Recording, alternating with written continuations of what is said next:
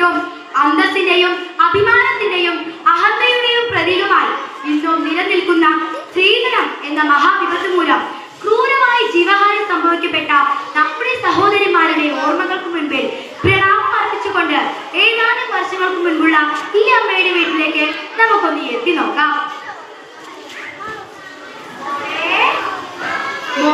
മോളെയാണെന്ന് പറഞ്ഞതല്ലേ ഇന്ന് കോളേജിൽ പോകണ്ടായെന്ന്.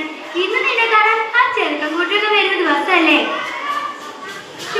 ഈ അമ്മയോട് ഞാൻ ഇന്നത്തെ പറഞ്ഞതാ, എനിക്കിപ്പോ കല്യാണമൊന്നും വേണ്ടായെന്ന്.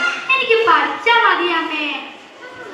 ശിവ ശിവ എന്തായി പെങ്കൊച്ച് പറയണേ, കല്യാണം വേണ്ടാമോ? ഈ തറവാട്ടില് 18 കഴിഞ്ഞ് പെൺപിള്ളേരാരും നിന്നിട്ടില്ല.